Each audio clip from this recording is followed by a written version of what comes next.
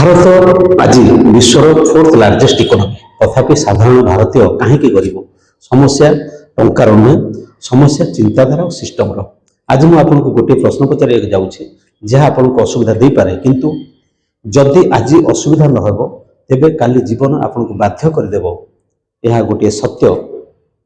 भारत आज विश्वर 4th largest economy यह मध्य सत्य।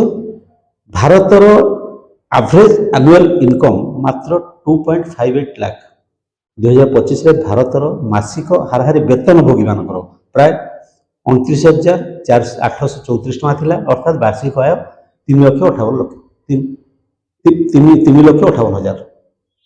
तेरे प्रश्न हूँ जदि देश एत धनी तेरे देशर नागरिक कहीं गरीब यह किपर संभव। मु विष्णु महांती विष्णु सेवा फाउंडेशन यूट्यूब चैनल रु आज वीडियो को आपको हार्दिक हृदयपूर्वक स्वागत और अभिनंदन।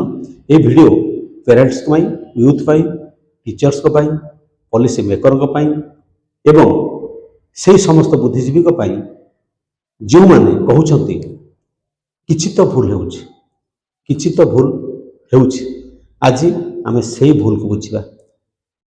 प्रथमतः देश धनी नागरिक गरीब ये जो भेदभाव रही भारतर जीडीपी बढ़ुची स्टॉक मार्केट बढ़ुची स्टार्टअप यूनिकॉर्न बढ़ुची किंतु साधारण लोकों आय बढ़ुना।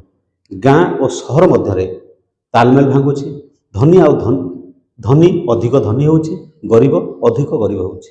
यह केवल इकोनॉमिक प्रॉब्लम नुह यह माइंडसेट प्लस अवेयरनेस प्रॉब्लम। द्वितीय तो मुझे कहि चाइना और इंडिया को आम जदि देखा असल तफात कौट अच्छी एवं गोटे कठिन किंतु आवश्यक जो तुलना कर चाइना और इंडिया मध्य चाइना रे 12 वर्षर शिशु स्किल शिखुची टेक्नोलोजी बुझुची डिसिप्लिन शिखुची फ्यूचर टार्गेट तैयारी करुच्ची किंतु इंडिया रे से 12 वर्षर शिशु कौन कर रील बनइबार पारदर्शी भाइराल किपर हम से चिंता स्किल नुहे फेम चाहूँगी सिस्टम नुहे सर्टकट चाहूँगी। मु रील्स विरोध नुह मु रील ओनली माइंडसेट विरोध। तृतीय तो मुझे कहि अवेयरनेस ही डिस्टिनी बनाए।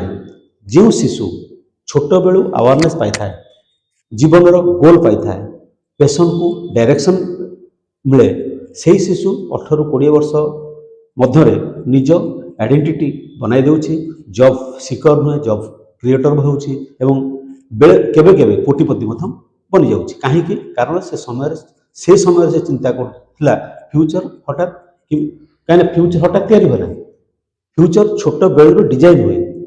चतुर्थ तो मुझे कहि एजुकेशन सिस्टम सत्य आम पिला कौन पढ़ाऊँ मार्क्स आणु रैंक आणु डिग्री आणु competition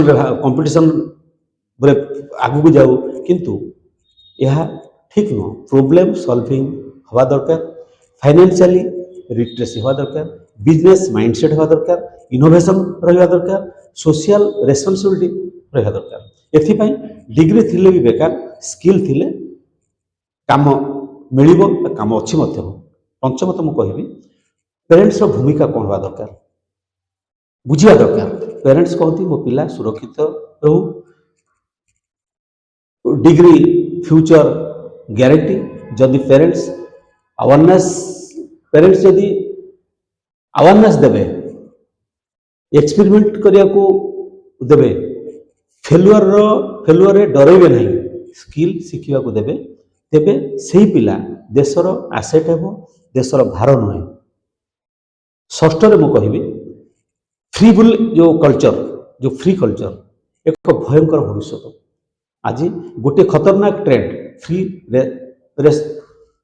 free money free ration free scheme गरीब को खुशी करा जाऊ सत किंतु सशक्त करा जाऊ नहीं एवं सबुठ दुखर कथा गरीब मध्य फ्री पाई अभ्यस्त हो फ्री रिलीफ दे पारे फ्री किसी रिलीफ दे पारे किंतु फ्री हैबिट फ्यूचर को ध्वंस करे। 7 रे कहि सॉल्यूशन आर कौन सॉल्यूशन किंतु सॉल्यूशन कलेक्टिव होगा दरकार। चाइल्डहुड को अवेयरनेस स्कूल रे स्किल प्लस बिजनेस एक्सपोजर